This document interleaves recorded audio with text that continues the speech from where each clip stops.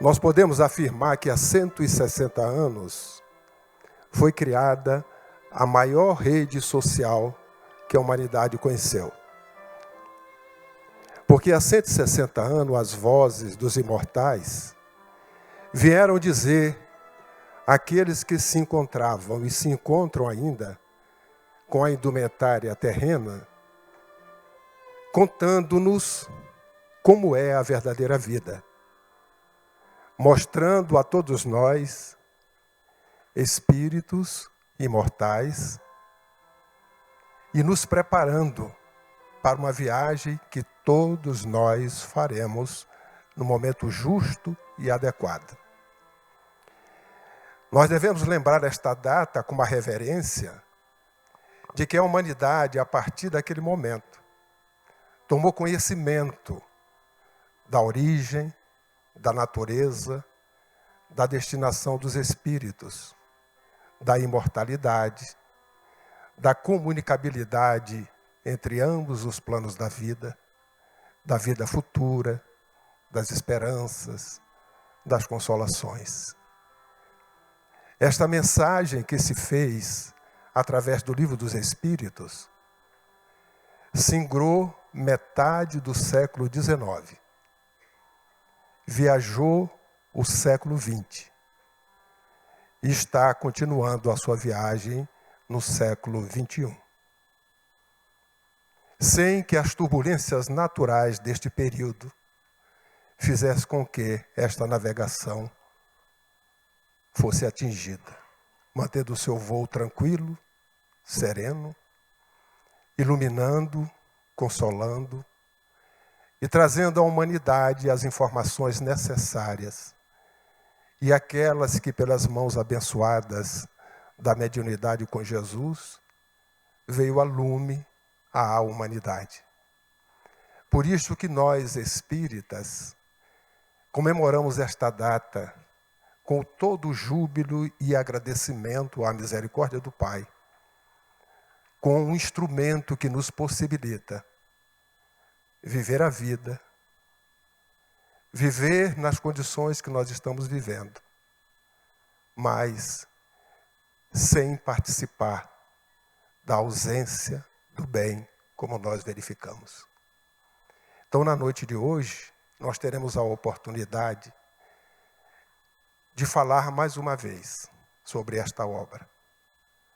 E para isto, aqui está conosco o Haroldo Dutra Dias, que é conhecido de todos nós, companheiro espírita, que faz, como todo espírita, o estudo, a divulgação, mas, sobretudo, a vivência desta mensagem que faz com que cada um de nós possamos viver mais felizes por termos a compreensão, a obediência às leis divinas e, ao mesmo tempo, a resignação pela aceitação das consequências destas ideias espíritas que está à disposição da humanidade.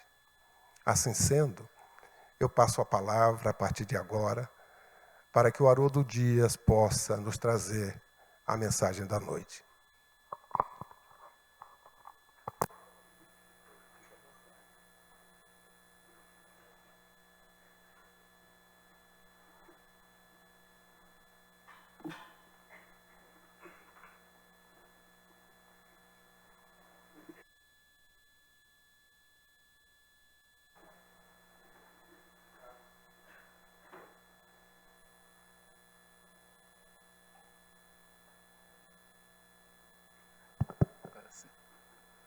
Caros amigos e amigas, boa noite a todos. É hoje com imenso júbilo que nós comparecemos à Casa Máter do Espiritismo no Brasil para comemorar 160 anos dessa obra libertadora do espírito humano. Queríamos agradecer a toda a diretoria e a todos os trabalhadores da Federação Espírita Brasileira, na pessoa do seu presidente Jorge Godin, quero agradecer e cumprimentar todas as federativas brasileiras, na pessoa do nosso companheiro José Amin, por esse dia de festa. Agradecer a presença de todos vocês e a todos os amigos que nos ouvem, que nos assistem pela FEB TV. No livro Brasil, Coração do Mundo, Pátria do Evangelho, Humberto de Campos retrata um aspecto peculiar da história naqueles momentos que antecederam a vinda do codificador. Diz Humberto de Campos: mal não haviam terminado as atividades bélicas da triste missão de Bonaparte e já o espaço se movimentava no sentido de renovar os surtos de progresso das coletividades. Assembleias espirituais, reunindo os gênios inspiradores de todas as pátrias do orbe, eram levadas a efeito nas luzes do infinito, para a designação de missionários da nova revelação. Em uma de tais assembleias, presidida pelo coração misericordioso e augusto do Cordeiro, fora destacado um dos grandes discípulos do Senhor, para vir à Terra com a tarefa de organizar e compilar ensinamentos que seriam revelados, oferecendo um método de observação a todos os estudiosos do tempo. Um método de observação. Foi assim que Allan Kardec, a 3 de outubro de 1804, via a luz da atmosfera terrestre na cidade de Leão.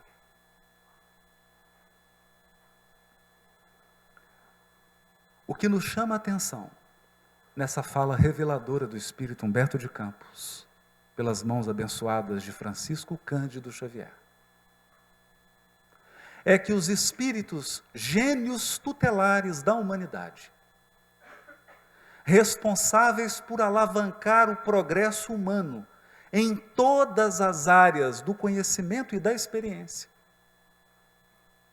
continuam se reunindo em assembleias no mundo espiritual, nas esferas superiores, deliberando, dialogando, inspirando, agindo e enviando seus missionários. Não raro, eles mesmos, esses gênios tutelares, sob o comando do governador espiritual do orbe, encarnam no mundo físico, a fim de abrir os olhos dos encarnados para ângulos que eles não são capazes de enxergar por si próprios. E nesse mecanismo de intercâmbio, em que vigora a previdência, a providência, mas sobretudo o amor de Deus, nós podemos construir o nosso crescimento espiritual com o auxílio da experiência daqueles que são vanguardeiros do progresso, daqueles que nos precederam na longa e árdua jornada da evolução espiritual. Em uma dessas assembleias, foi eleito pelo próprio Cordeiro esse missionário, que na sutileza da observação do Espírito Humberto de Campos, viria oferecer aos encarnados um método de observação. Atentemos para a expressão, um método de observação. E a partir desse método de observação, seria capaz de compilar, de organizar e de apresentar didaticamente um conjunto de princípios capazes de lançar o espírito humano em um novo patamar de conquistas evolutivas. A ciência receberia a luz do sentimento.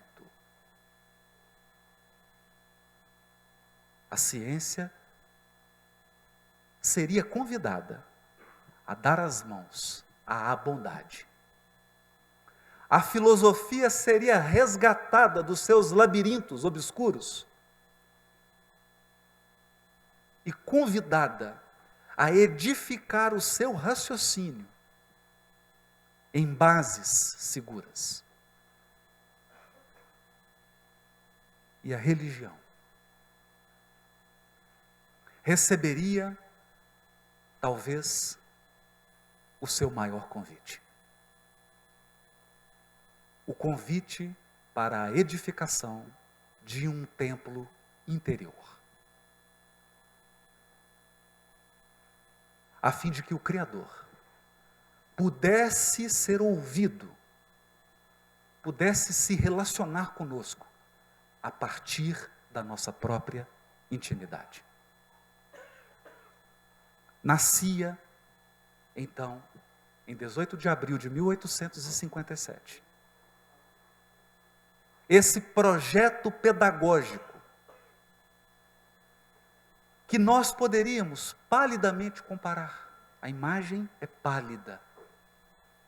Da mesma maneira que Galileu tomou do telescópio e abriu para a história humana uma nova perspectiva de observação do universo, o Livro dos Espíritos representaria, como condensação desse novo método de observação, um gigantesco telescópio, descortinando para o espírito humano os ambientes inexplorados da pátria espiritual. Mais uma vez, as estrelas seriam um roteiro seguro, guiando aquele que jornadeia. Mas agora, não mais estrelas materiais. Agora, estrelas da espiritualidade. Os espíritos do Senhor. Aqueles que dirigem o processo educativo e evolutivo do orbe. Se apresentariam, doando, cedendo gratuitamente a sua experiência, para que nós pudéssemos nortear o nosso processo de crescimento íntimo, com base na verdade, na sinceridade, na busca genuína das leis que presidem o mundo físico e o mundo espiritual. Humberto de Campos prossegue dizendo: ia resplandecer a suave luz do Espiritismo. Depois de certificado o Senhor da defecção espiritual das igrejas mercenárias que falavam no globo em seu nome. Todas as falanges do infinito se preparam para a jornada gloriosa. As abnegadas cortes de Ismael trazem as suas inspirações para as grandes cidades do país do cruzeiro, conseguindo interessar indiretamente grande número de estudiosos.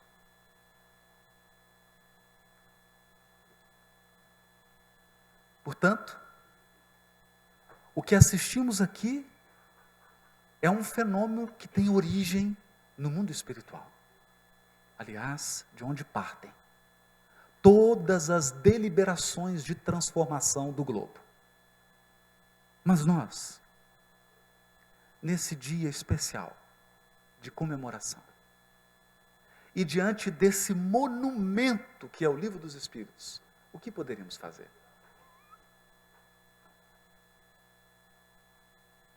Eu optei então por agir à maneira do fotógrafo. Alguém que despretensiosamente, diante de um grande monumento, seleciona alguns ângulos para fotografar, alguns enfoques. Já peço perdão, a nossa fala será incompleta. A nossa fala não tem a pretensão de percorrer os vastos caminhos propostos pelo Livro dos Espíritos. Ela pretende apenas escolher alguns detalhes que nos chamam a atenção, que nos tocam mais fundo o coração. No Livro dos Espíritos, capítulo 5, questão 222, Kardec escreve um comentário. Não é novo, dizem alguns, o dogma da reencarnação. Ressuscitaram-no da doutrina de Pitágoras. Essa era uma crítica dirigida a Kardec e ao Espiritismo, alegando que o Espiritismo não era original. Ele não trazia ideias novas. Kardec reproduz a crítica e na linha seguinte responde: nunca dissemos ser invenção moderna a doutrina espírita. Constituindo uma lei da natureza, detalhe, constituindo uma lei da natureza, o Espiritismo há de ter existido desde a origem dos tempos. E sempre nos esforçamos por demonstrar que dele, do Espiritismo, se descobrem sinais na antiguidade mais remota. Talvez esse ângulo seja importante frisar. Porque nós temos um hábito corriqueiro de imaginar que o Espiritismo são as 5 obras da codificação.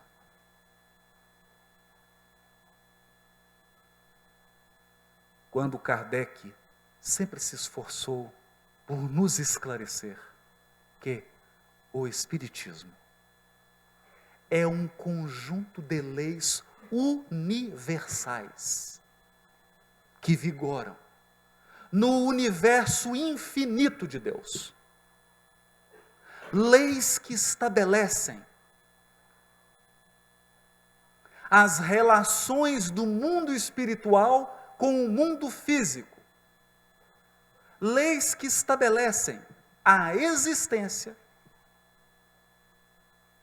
a vida e as condições de existência dos espíritos. Leis. Portanto, o Livro dos Espíritos funciona como um resumo pedagógico, aliás, brilhante resumo pedagógico,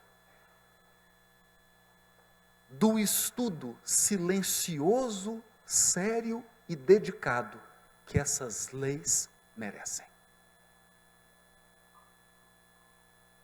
o Espiritismo está na natureza, afirmaria o codificador.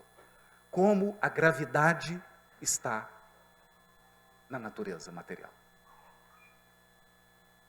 Como a força eletromagnética faz parte da matéria. Essas leis que regem a interação entre o espiritual e o físico permeiam a criação infinita de Deus. Portanto, é preciso voltar a nossa atenção para a frase de Humberto de Campos. O codificador veio nos oferecer um método de observação. Porque as leis sempre existiram. Essas leis são eternas. A existência do mundo espiritual, a existência dos espíritos e a relação deles com o mundo corpóreo são de toda a eternidade. Faltava-nos sim. Faltava-nos uma pedagogia de observação. Uma educação do nosso olhar. Portanto, toda vez que eu me aproximo do Livro dos Espíritos, toda vez que eu abro o Livro dos Espíritos, procuro manusear essa obra como alguém que busca a educação do olhar. Alguém que busca a educação do olhar. Isso nos leva a algumas reflexões. De fato, será que eu vivo como um imortal? As decisões que você toma no interior da sua família são decisões de alguém que vai morrer ou de alguém que vai viver para sempre?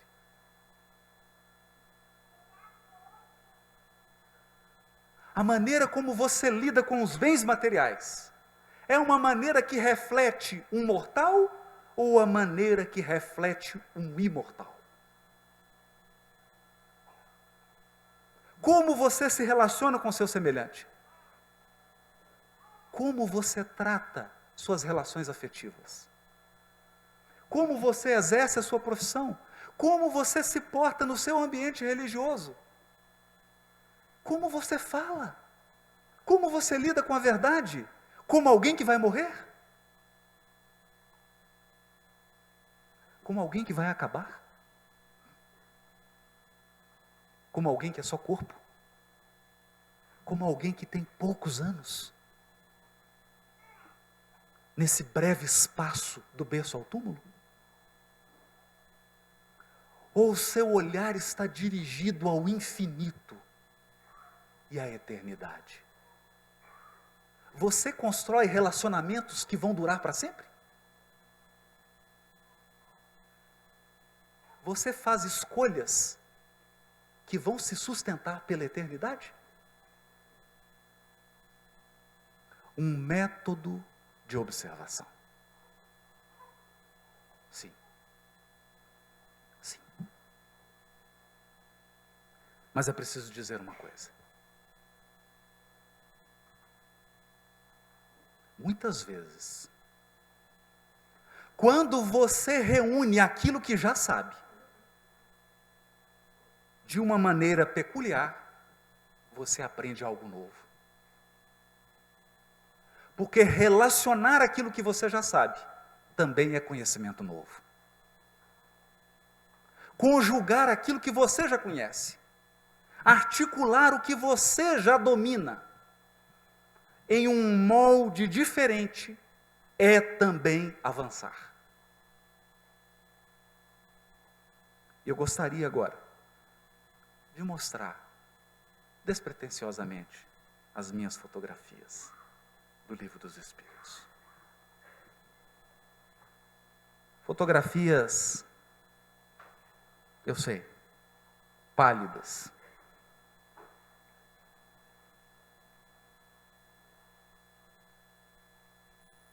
Mas que me confortam, que me esclarecem, que me dão ânimo e que me fazem valorizar o dom precioso da vida, tão banalizado nos dias de hoje.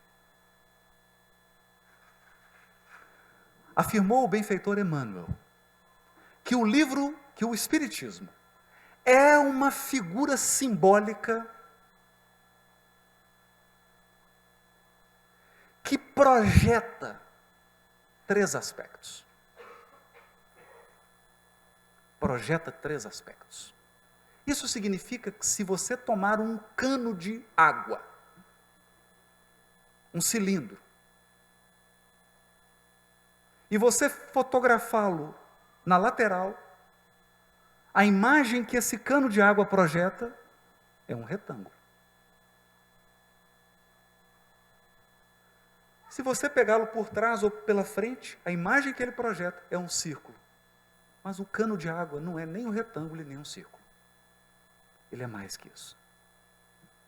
E não adianta você somar o retângulo com o círculo, que você não vai obter um cano de água.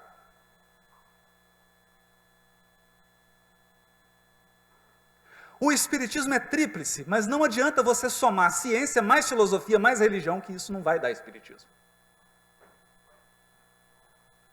O Espiritismo é mais. Ele é uma figura espiritual que projeta aspectos da ciência, aspectos da filosofia e aspectos da religião. Projeta. Mas ele é uma figura mais complexa. Ele é um método de observação da vida universal. É uma janela para o infinito, dentro e fora. Dentro e fora.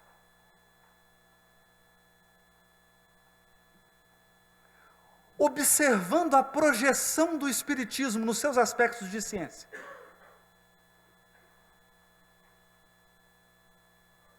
nós somos obrigados a admitir que o Livro dos Espíritos fala uma linguagem científica de um século que nós ainda não vivemos.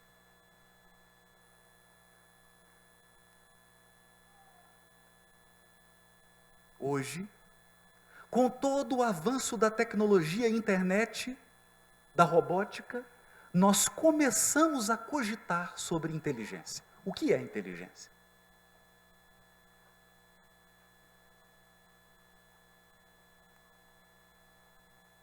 O que é inteligência?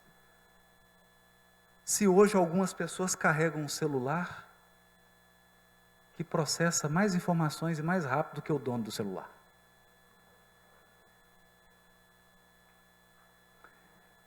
E o Livro dos Espíritos nos apresenta o Espírito como o princípio inteligente do universo.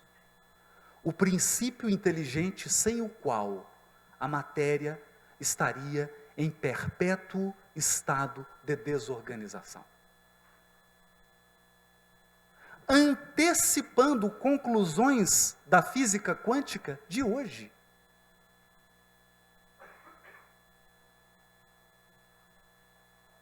Em que os pesquisadores da física começam a cogitar que se a observação realmente está inserida num contexto mais amplo do que é observado, se a observação acaba por interferir, talvez seja preciso agregar um outro elemento ao elemento material, para que possamos entender com precisão a matéria. E esse elemento é a consciência.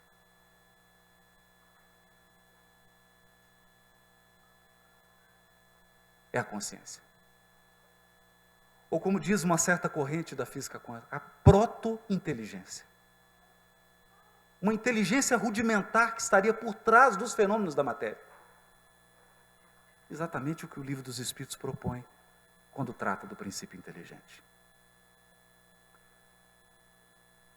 Mas eu não quero parecer obscuro, então resolvi selecionar um texto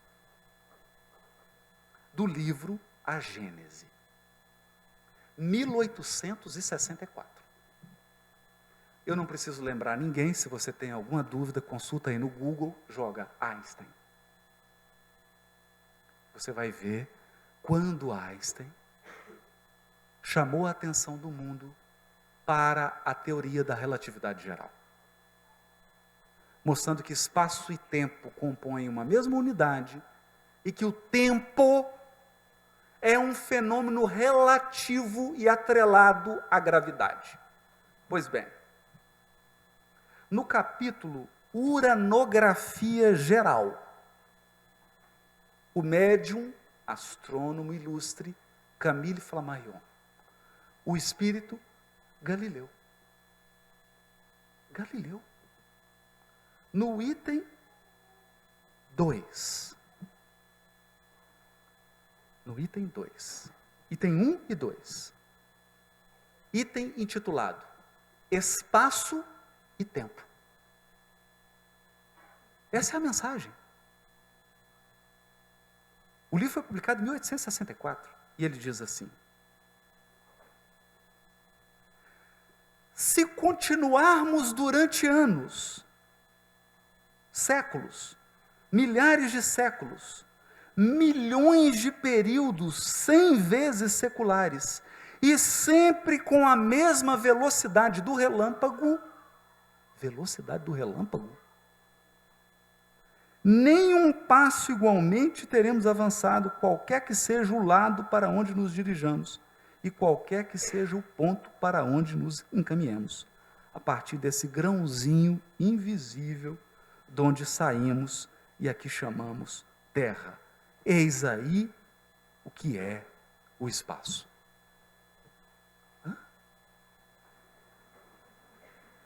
Falando da velocidade do relâmpago, é a velocidade da luz. Velocidade da luz como parâmetro para medir distância no espaço? Então Einstein leu a Gênese. Mas aqui vocês vão ficar mais surpresos. Ele diz assim: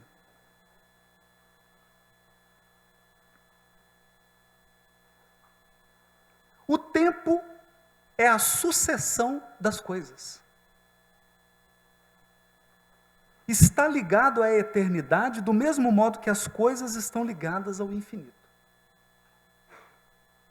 Suponhamos-nos na origem do nosso mundo, na época primitiva em que a Terra ainda não se movia sob a divina impulsão. Numa palavra, no começo da Gênese. O tempo, então, ainda não saíra do misterioso berço da natureza. O tempo vinculado ao orbe. E ninguém pode dizer que época de séculos nos achamos, porquanto o balancinho dos séculos ainda não foi posto em movimento. Mas silencioso, soa na sineta, e aí ele continua. Tantos mundos na vasta amplidão, quantos tempos diversos e incompatíveis. Essa mensagem mediúnica estava errada na época em que foi recebida. Porque, não é isso, professor? Minha consultoria de física, eu não sou bobo, né, Godinho? Por quê?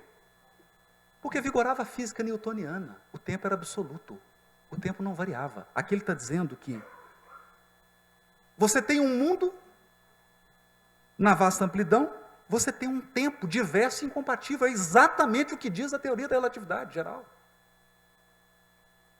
O tempo é um em cada orbe. Era esse gigante Galileu, trazendo a sua experiência de espírito e compartilhando conosco, antecipando aquilo que décadas adiante seria desenvolvido matematicamente e receberia o nome de teoria da relatividade. O tempo é relativo a cada corpo celeste, a cada massa, porque está atrelada ao espaço e é sensível à gravidade. O tempo é relativo. mas uma coisa é absoluta: a velocidade da luz que ele utilizou. Então,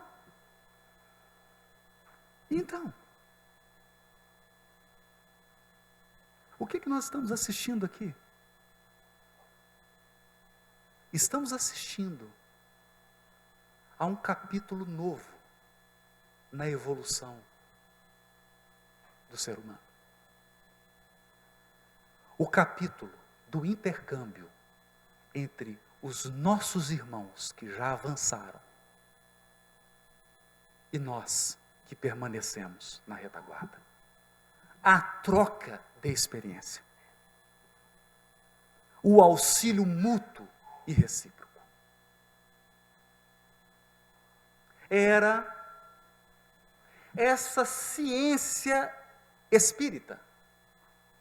Porque ciência ligada à observação de fatos espirituais, ajudando a sua irmã ciência material, que estuda os elementos materiais, nas suas mais diversas ramificações. Uma ciência que vem mudar a maneira de enxergar o universo. O universo agora é um universo teleológico, é um universo que tem um propósito.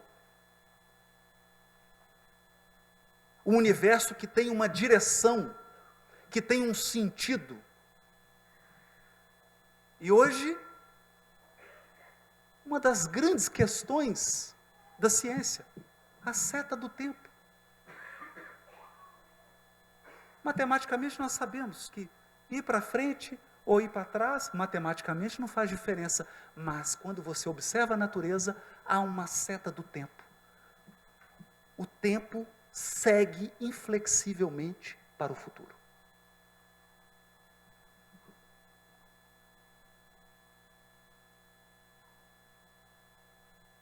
A seta do tempo, derivada das leis da termodinâmica. Sendo que a ciência espírita, que contribui para esse ângulo de visão. Por quê? Porque volta a trazer para o centro do fenômeno natural uma inteligência suprema, previdente e providente.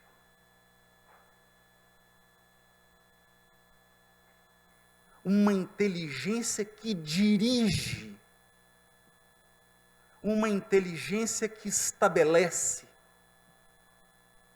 uma inteligência que diz o que pode ser e o que não pode ser. Por isso é inteligência.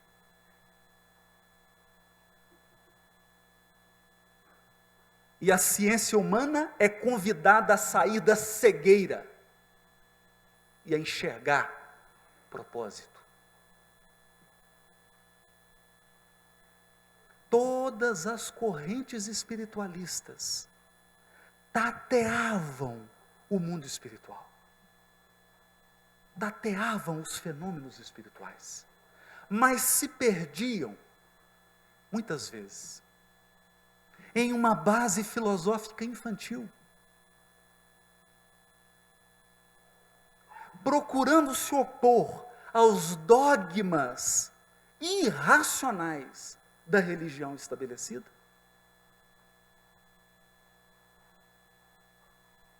A filosofia materialista e espiritualista cometeu um erro que lá no interior de Minas Gerais a gente evita cometer. Quando a vaca está com carrapato, você mata o carrapato, não a vaca. Procurando contrapor-se aos exageros da fé cega, procurando opor-se à irracionalidade da religião de então, tiraram Deus. E a filosofia rendeu-se ao nada.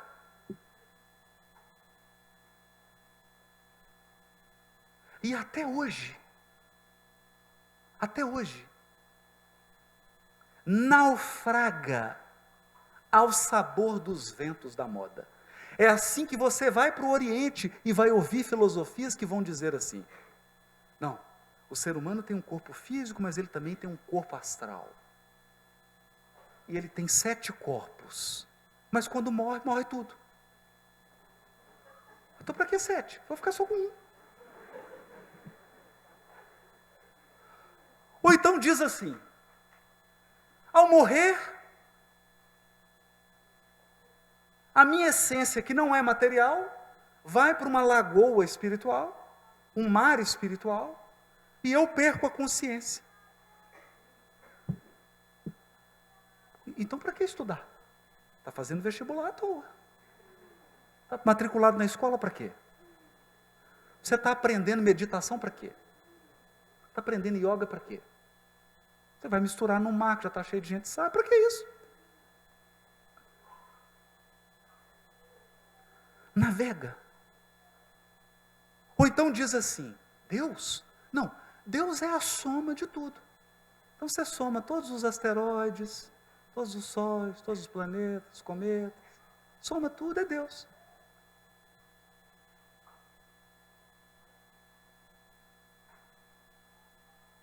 Deus é a soma, é a natureza.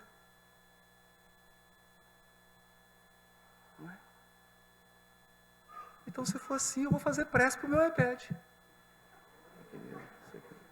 Me ajuda, me orienta. Vem então a filosofia espírita e segue um princípio simples, bem simples. A melhor explicação é a mais simples. Nós somos espíritos imortais. A morte física não retira consciência. O espírito nunca perde o que conquistou em termos de cognição, de experiência, de afeto, de emoção. Agora, você pode degradar o seu modo de viver, até aqui na Terra. Até aqui na Terra. Você pode se entregar ao vício e degradar a sua vida. Mas você não deixa de ser um ser humano por conta disso. Você não perde a sua aquisição. O espírito não retrograda, não perde a sua conquista, ele permanece eterno. E ele progride sempre.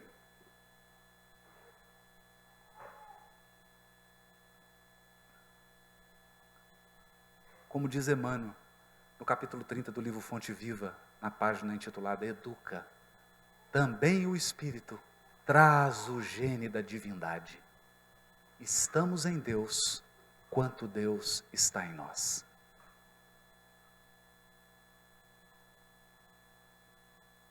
Educa e transformarás a instintividade em inteligência.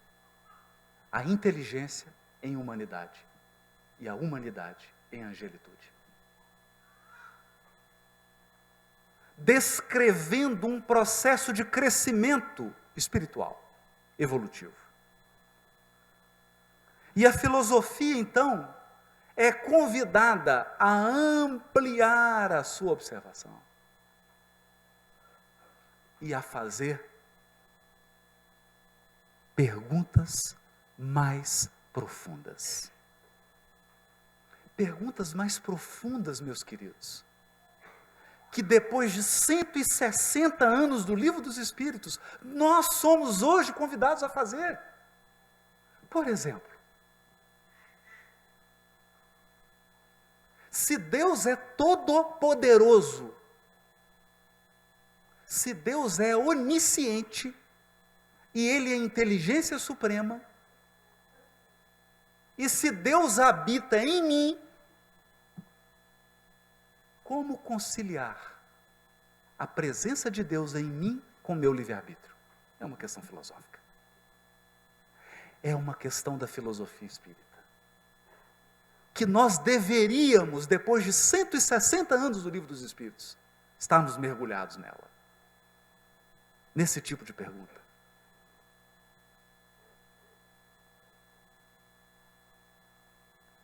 Como Deus lida com o nosso livre-arbítrio? São questões instigantes da filosofia espírita. Outra questão. Se o elemento espiritual é o que mantém a matéria organizada, como encontrar rastros do princípio inteligente na matéria? Ou melhor, como encontrar vestígios do princípio inteligente na organização estrutural da matéria? Já que o princípio inteligente se manifesta na organização da matéria.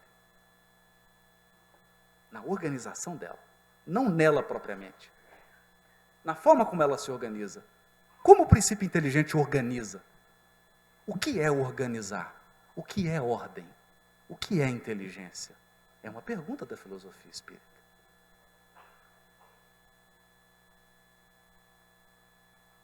Se a lei é de ação e reação,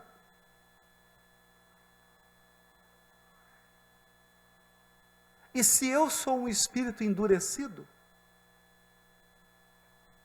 eu posso ficar várias reencarnações oscilando entre vítima e algoz? Hoje eu bato, amanhã eu apanho. Depois eu bato de novo, apanho de novo. Bato e apanho. Andando em círculos. É possível? São questões. Porque o Livro dos Espíritos veio iluminar nosso raciocínio. Veio libertar nosso raciocínio de algemas constrangedoras, que são as algemas do materialismo e as algemas da desconexão de Deus. Dois elementos que escravizam o raciocínio humano.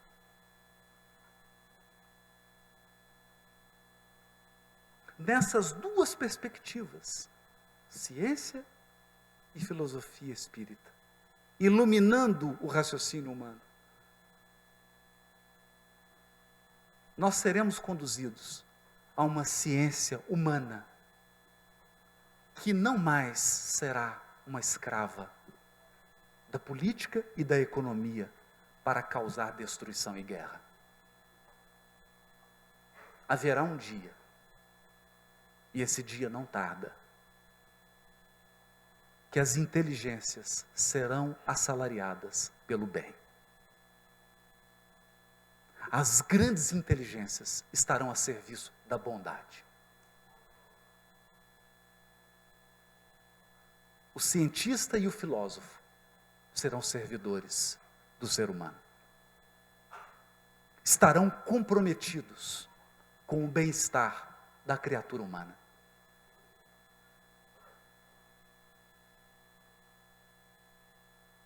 E não com a destruição. Esse dia chegará. Mas é no aspecto religioso que o Espiritismo nos coloca de ponta cabeça. No aspecto religioso, o Espiritismo é o maior desafio ao ser humano até agora posto. O maior desafio. Por quê? Toda experiência religiosa humana nasce do berço rústico do medo, do temor. Temendo o relâmpago, temendo os fenômenos naturais, temendo aquelas forças que o ser humano não era capaz de controlar. O ser humano começa a dar nome a essas forças, começa a reverenciá-las. E começa então um processo de interação da psique humana com o aspecto divino, a barganha. Eu adulo a deusa da natureza para que eu tenha uma boa colheita de trigo em 2017. Não em 2017, né? 2000 anos antes de Cristo. Eu barganhava. Trazia oferendas, presentes, negociava. Era quase que uma propina. Né? Apesar de que esse nome a gente não pode ficar usando muito hoje. Então, eu dava um agrado, pronto, estou com uma colheita, dá para segurar aí, chuva de granizo, nem pensar, geada não, preciso que caia água suficiente, tudo certinho para a colheita, que a gente traz um agrado. Então, subornava as forças divinas, que tinham nomes, que eram deuses, que eram adorados, para que elas pudessem nos favorecer. O tempo passa. E mesmo o intelecto humano admitindo a existência de um ser único e divino, os métodos de relacionamento com esse ser ainda são da barganha. Oh Deus, eu vou fazer isso, vou fazer aquilo. Esse mês já fiz 4 campanhas do quilo, tomei 10 passes, já visitei 2 hospitais. Dá para resolver aquele problema do cheque especial? Um resquício da nossa relação com o divino. Mas há um elemento vital no processo religioso da humanidade, que é a noção interna de que a lei divina está codificada em um objeto material. Essa noção, não sejamos ingênuos. Se você cochilar meio segundo, você espírita cai nela agora. Que é achar que a lei divina está num livro, numa pedra, numa arca, num local. Que a lei divina pode ser tocada. E o nosso desvio de percepção é tão gigantesco. A nossa percepção é tão acanhada que nós juramos que Deus fala a nossa língua.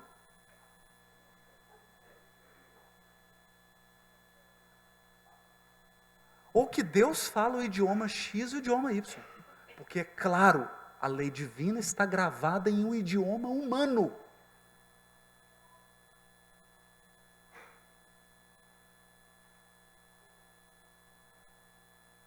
Portanto, um princípio que vigorou durante toda a Idade Média e vigora até hoje. Até hoje. Toda a verdade está na Bíblia.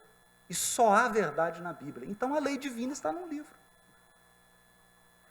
E Deus é bilíngue. Ele fala hebraico e grego. Porque metade da Bíblia está em hebraico e a outra metade está em grego. Deus é bilíngue. Pelo menos já deu uma melhorada, né? Porque antes era uma língua só. Não? E aí você encontra com alguém do outro lado do mundo e fala, não. Deus fala árabe.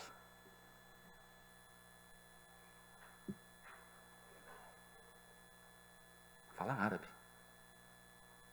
Porque a lei divina está no Alcorão. E vem o outro e fala, não senhor. Fala sânscrito.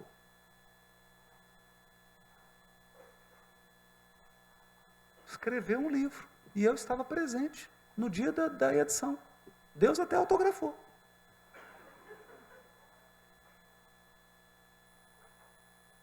O fato é que a nossa relação com o divino, no mais profundo do nosso psiquismo, está intermediada por um livro, seja qual for ele.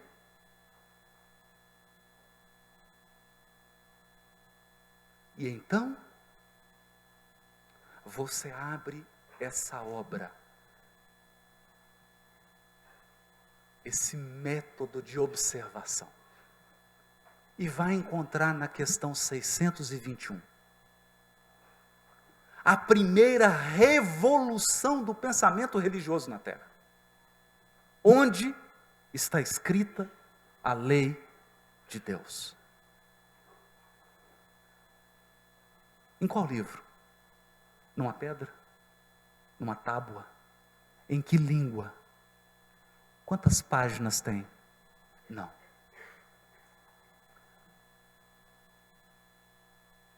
Os vanguardeiros do progresso humano respondem: a lei divina está escrita na consciência.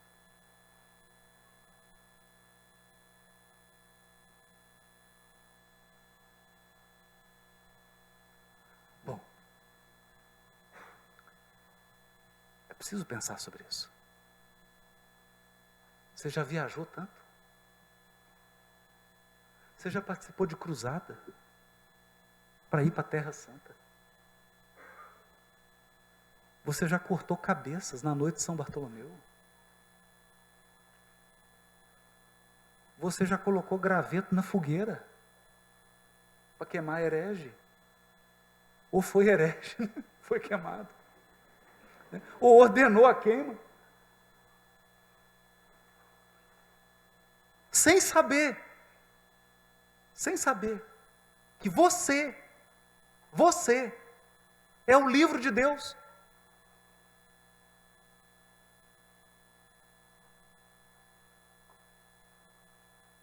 Você é o livro sagrado.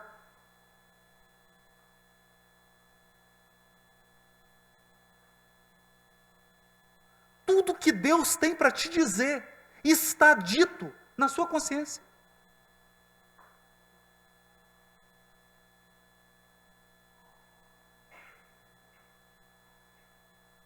Não há nada mais sagrado do que a sua consciência. Não há altar mais prodigioso do que a sua própria intimidade. Nenhum templo se compara ao seu interior. Você é a montanha onde Deus se manifesta.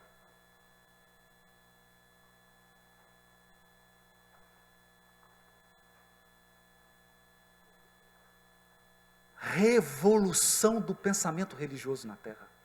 Então prossegue o codificador.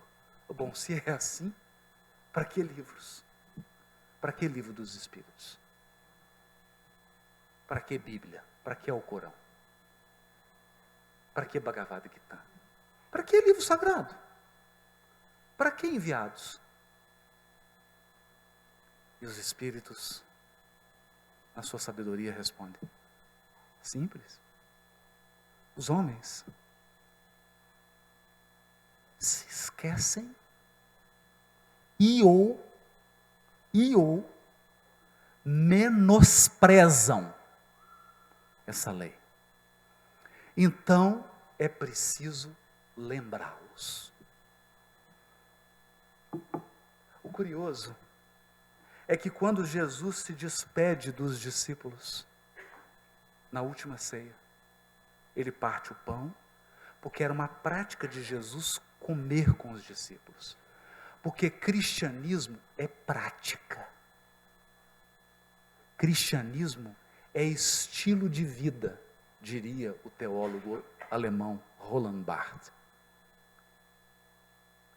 Cristianismo é como você vive. Então, Jesus era reconhecido pela maneira como ele comia com os discípulos. O partir do pão, o compartilhar de vidas, o compartilhar de cotidiano, aquilo que você entrega quando convive, aquilo que você recebe quando convive. Mas o curioso é que ele parte o pão, segue a cerimônia toda da Páscoa e diz assim: fazei isso em minha memória. Memória. Livro é memória do que já está na sua consciência. Porque talvez você esteja menosprezando a voz de Deus dentro de você. Ou talvez você esteja esquecido mesmo. Lembrança. Então, a postura de Allan Kardec ao apresentar o Espiritismo não é a postura de quem vem trazer a maior novidade, é a postura de quem vem dizer: ei, você já sabe, não custa lembrar. O que eu estou te dizendo, você já sabe, já está dentro de você.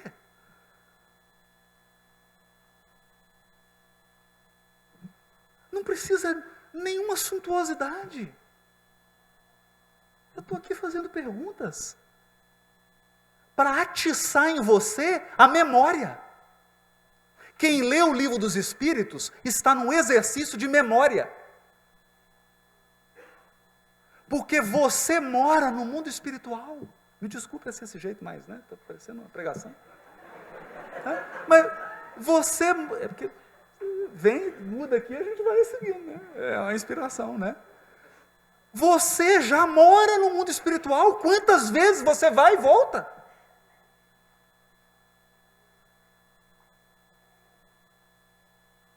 Quantas vezes? Vai ser o Livro dos Espíritos que vai te ensinar a reencarnação?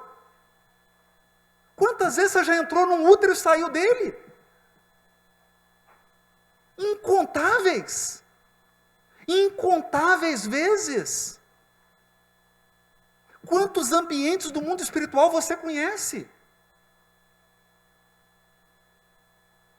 Quantos pressentimentos você já teve na sua vida? Quantos clarões do que tem que ser feito? Do que vai acontecer? Do que lhe aguarda? O Livro dos Espíritos vem como um remédio para a memória.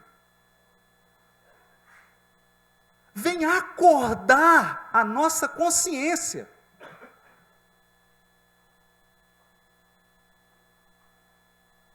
E os missionários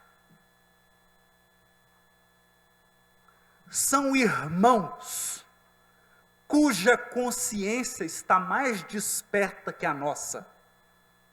E por isso tem autoridade para despertar a nossa consciência.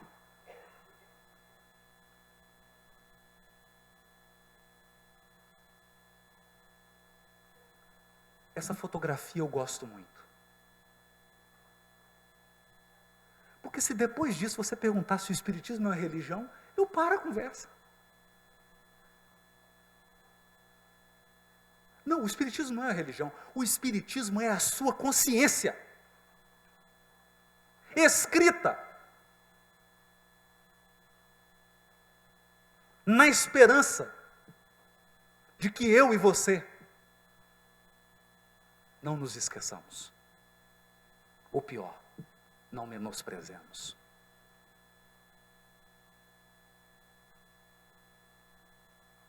Mas, ao corajosamente fazer a grande pergunta da religiosidade, a grande e corajosa pergunta: para que religiosidade? Para quê? Qual a consequência de ser alguém com religiosidade e espiritualidade? Qual que é a consequência disso?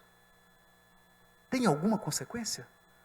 Ou será que religiosidade é um colar que você coloca no pescoço para enfeitar o seu traje? Não. A consequência da espiritualidade, a consequência da religiosidade é um agir moral. Um agir moral, uma conduta moral.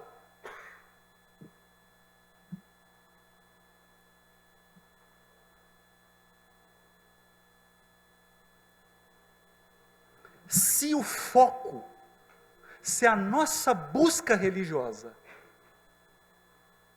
é uma conduta moral, quais são os princípios morais que nos orientam?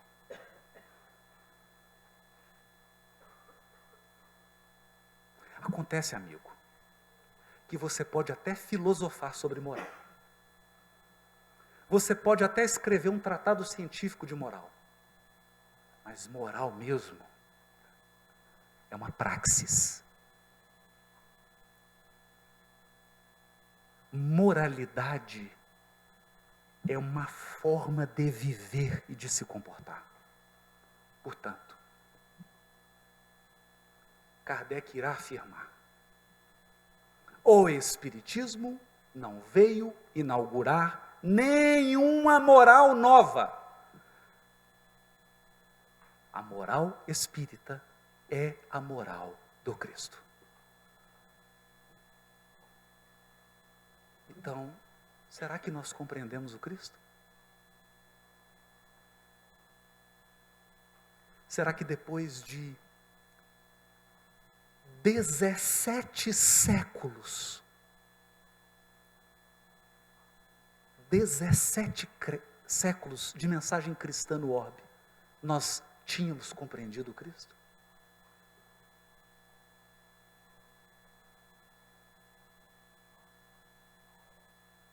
A questão 625, então, traz a outra grande revolução do pensamento religioso.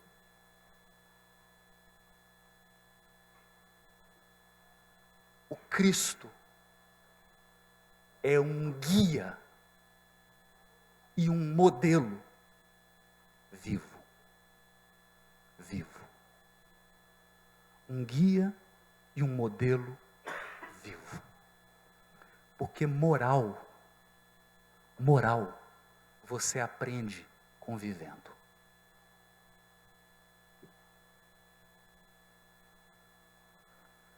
Portanto, se eu pudesse resumir o aspecto religioso do Espiritismo em poucas palavras, eu diria: a proposta religiosa espírita é uma proposta de convívio com o Cristo, convívio cotidiano, 24 horas por dia. Mas como? Como? Ele é espírito imortal.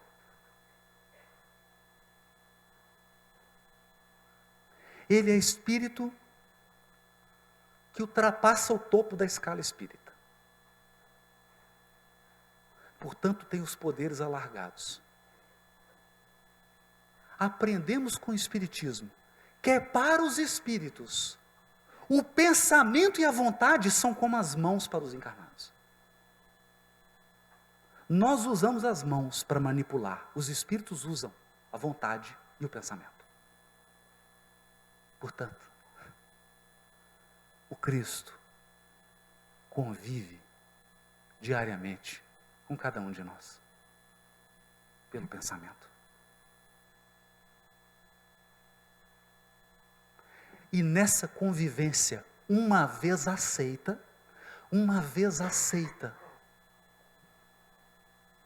porque ela precisa ser aceita, ela não é imposta.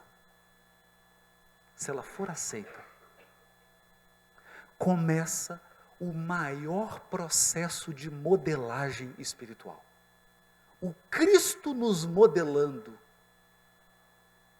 para que as nossas deformidades morais sejam resolvidas. E o Cristo nos guiando, porque só pode nos levar quem já foi. Só pode nos levar quem já foi. Eu não posso levar. O Godinho não pode. apesar de eu gostar demais dele. Não pode. Só pode levar quem foi. O Cristo já foi. Ele está. Ele está. Já há bilhões de anos no nosso alvo. Ele já está onde você almeja chegar daqui bilhões de anos. Por isso ele é guia. Isso muda tudo. Mas o incrível é que é preciso muita sensibilidade para perceber isso no Espiritismo. Talvez nós tenhamos que pedir a ajuda de alguém que não é espírita para nos ensinar Espiritismo. Mahatma Gandhi. Perguntaram para Gandhi: Gandhi, o que é preciso fazer para o cristianismo se difundir na Índia? Que pergunta mais agressiva, né? O Gandhi respondeu: duas coisas. Duas coisas. Primeiro, o cristianismo precisa ser ensinado sem deturpações. Segundo, os cristãos precisam aprender a viver como Cristo. Aí falaram: vamos desistir de ir para a Índia. Escolher outro país. Percebem? Então você pergunta, qual é a proposta religiosa do Espiritismo? A proposta religiosa do Espiritismo é você viver como Cristo. Aí a gente recebe vários outros convites. Viver como Cristo. Esse é o desafio. Nós não estamos sendo mais convidados a acreditar nisso ou naquilo.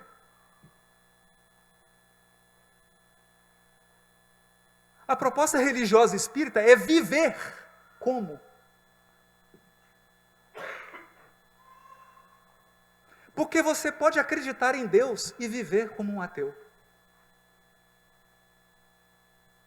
Tinha um senhor em Belo Horizonte, o Sérgio Lavarini, conhece muito bem, o Sérgio do Ser, do Instituto Ser. Leão Zalho. O leão dizia assim: olha, meu filho, tem uma coisa que está me assustando muito. O que tem de espírita que acredita em Deus e é órfão? Porque acredita em Deus, mas vive como se Deus não existisse. E pior, vive como se Deus não fosse seu pai.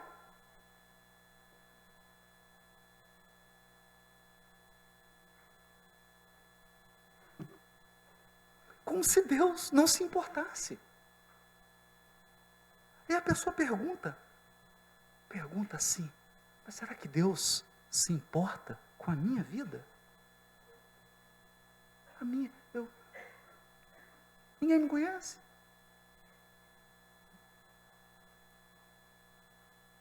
Ninguém me conhece. Aí, você vai lá para o livro A Gênese. Quando Kardec escreve um ensaio chamado A Providência Divina. E nós ficamos assombrados, porque Kardec começa a falar do fluido cósmico. E você fala assim: onde que Kardec quer chegar? E ele vai concluir que a criação infinita está mergulhada no fluido cósmico, que é o veículo de transmissão do pensamento e do amor de Deus. Para afirmar um grande princípio da religiosidade espírita: não existe fora de Deus. Não existe esse lugar chamado fora, porque a criação infinita está mergulhada em Deus, no seu fluido cósmico. Cada partícula subatômica do seu corpo físico cada minúsculo, infinitesimal elemento do universo está banhado, encharcado, penetrado, envolvido, desde dentro, pelo fluido cósmico. Então Deus não está vendo você tomar água, não. Ele está na molécula de água que você está tomando.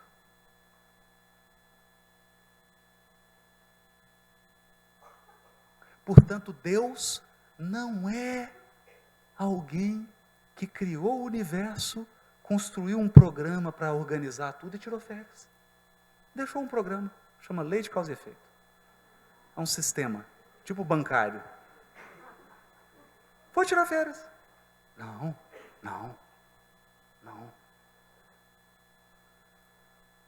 Providência divina significa você está sob permanente tutela divina, individual.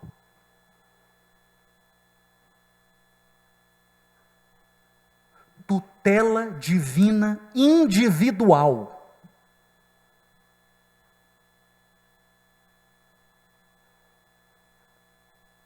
Talvez você pergunte, eu não consigo entender isso.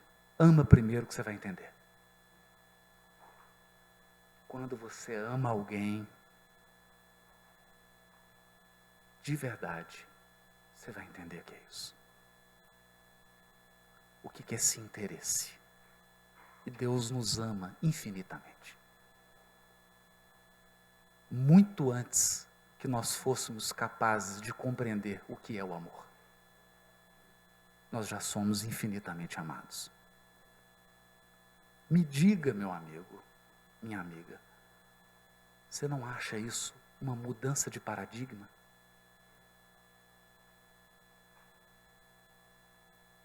É uma revolução. É uma transformação.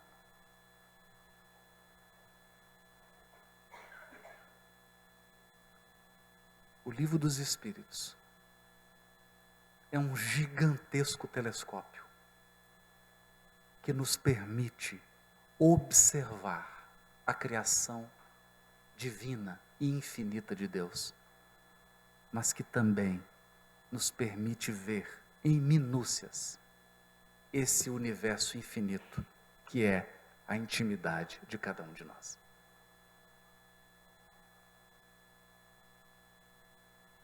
Ele nos resgata da solidão, porque você nunca vai conseguir ficar sozinho. Há uma presença absoluta dentro de você, seu Criador.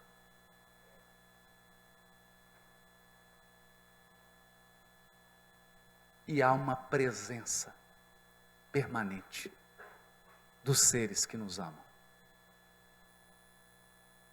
Porque a morte não interrompe os relacionamentos.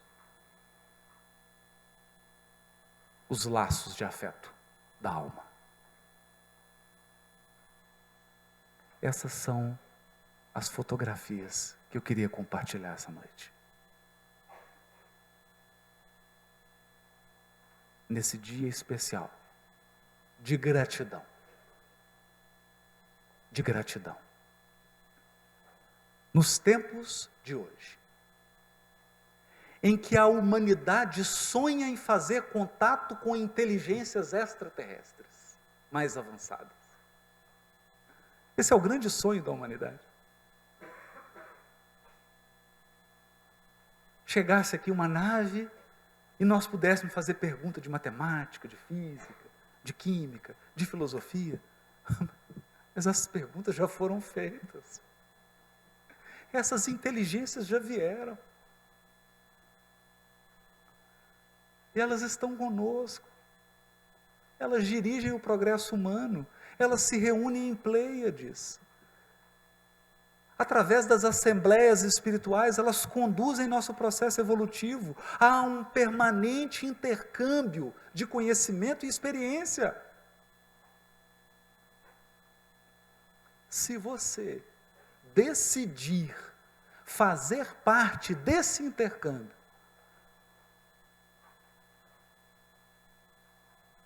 tenha um livro dos Espíritos permanentemente com você. Mas leia. Leia. Leia. Leia. Leia. Leia. Com a atitude daquele cego, Bartimeu, quando Jesus lhe indaga: que queres que eu faça? O que você quer que eu faça? E ele diz: Senhor, que eu veja. Que eu veja. Antes de abrir esse livro, faz tua prece e diz assim: Senhor, que eu veja. Que eu veja. Muito obrigado, amigos espirituais. Muito obrigado, Allan Kardec. Onde você estiver, receba o nosso carinho, a nossa gratidão.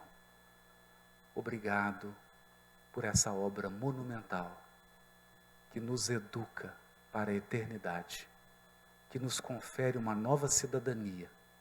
A partir de hoje, você não é mais um ser terreno, você é um espírito imortal. Seu país, a criação infinita. Muito obrigado.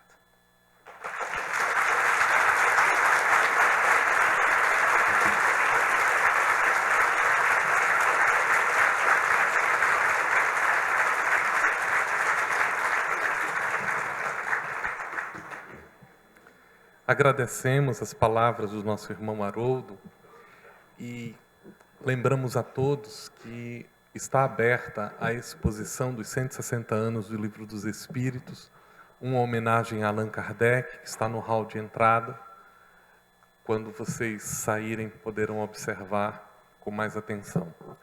Passamos a palavra, então, ao Jorge Godinho, presidente da Federação Espírita Brasileira, para que faça as considerações finais e a prece de encerramento dessa atividade. Então vamos agradecer, já que os nossos sentimentos foram tocados com a palestra. Normalmente às terças-feiras nós temos uma reunião, que ao final dela nós nos colocamos aqui, os trabalhadores da casa, para o passe. Como hoje é uma reunião especial, nós vamos solicitar a todos que durante a nossa prece, a vibração que nós iremos fazer, que nos colocássemos numa posição receptiva, que os mensageiros, os benfeitores espirituais, que naturalmente também partilharam conosco desta noite, possam dar a cada um de nós aquilo que nós necessitamos, fazendo com que nós possamos, com os nossos sentimentos tocados, ser também abençoados com os fluidos que cada um de nós necessitamos. Então vamos orar, elevando os nossos pensamentos. Deus, nosso Pai, as tuas bênçãos, Senhor, jamais nos abandona. Entretanto, as sombras e as dificuldades nossas pela ignorância impossibilita, Senhor, ver-te tão próximo de nós. Nesta oportunidade em que elevamos os nossos pensamentos a Ti,